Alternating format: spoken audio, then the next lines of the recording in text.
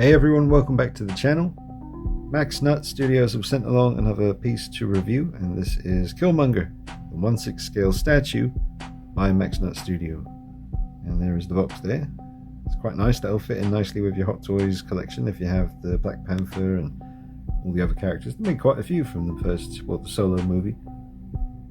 It's cool to see this version of him with all the kill count, just scars all over the body, each one representing another soul taken by the Killmonger.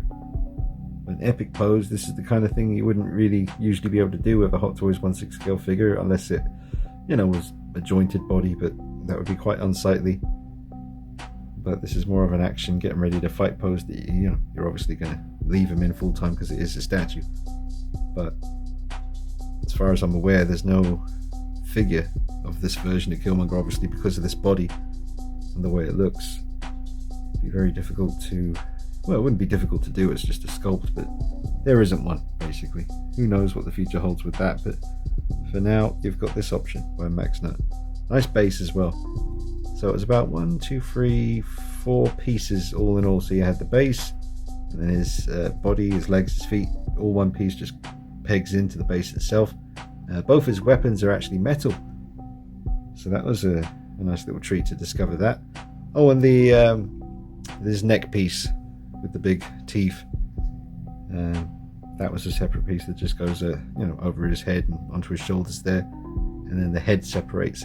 Now I thought that the head separates because you can interchange the heads from the 3-pack that I reviewed recently on the channel, where you got the Black Panther head sculpt and 2 Killmonger head sculpts. But no, it doesn't fit. This is ever so slightly bigger, just a little bit, but just enough where you can't swap them around, or at least I couldn't. I tried to, but it wouldn't work. Not even from just the very front view, you could still tell that it was not the right size. So yeah, you can't swap the heads around, so you're stuck with this one.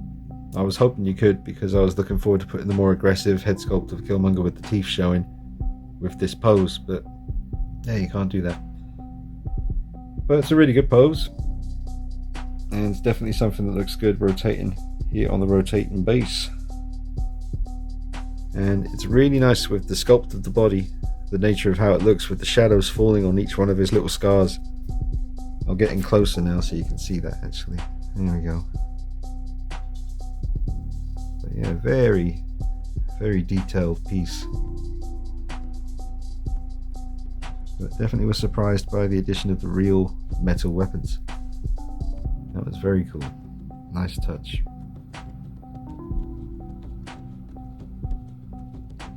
It does look very epic as it comes around.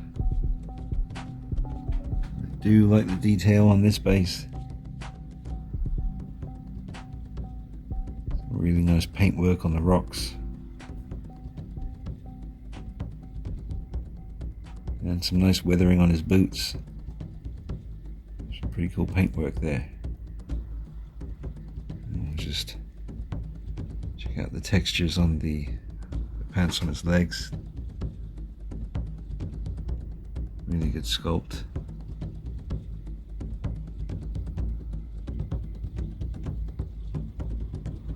And then up to the body.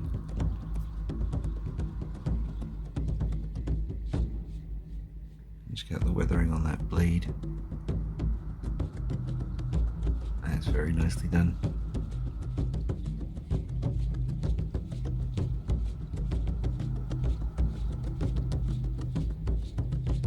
Each one of these little nodules that he's scarred on his skin, I don't know the exact wording for it, but each one of them is a person. That's a lot of people. I don't know what the long slashes are, like that kind of big X there, and I guess that was just to fill in the space. There was more people. But yeah, let's take a look at the head sculpt. I have to be careful, he's poking my camera as he comes around.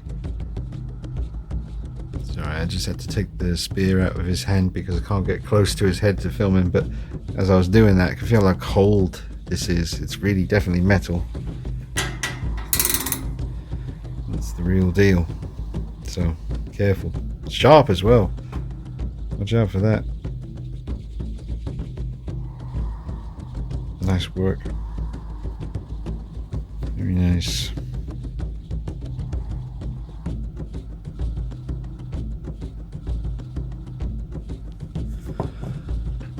Now I should be able to get a little bit closer to his face.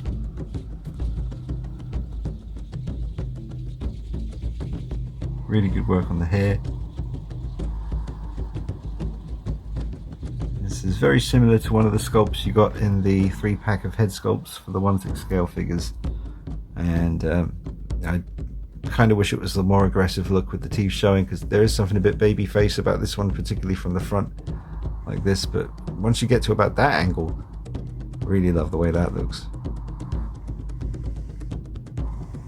But you could display him without this piece on if you wish. Just take that off, do that.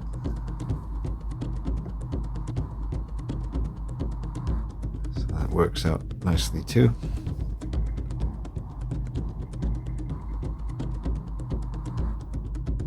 And something to point out, folks, is that the handles of the weapons do kind of screw apart to make them easier to get into the hands, and then you just kind of, you put this in his hand and then you can kind of just screw on the other half. It's an option. I guess you could just wedge it in there, but I wouldn't risk doing that. You might damage the paint, so they do come apart. You can see they unscrew there.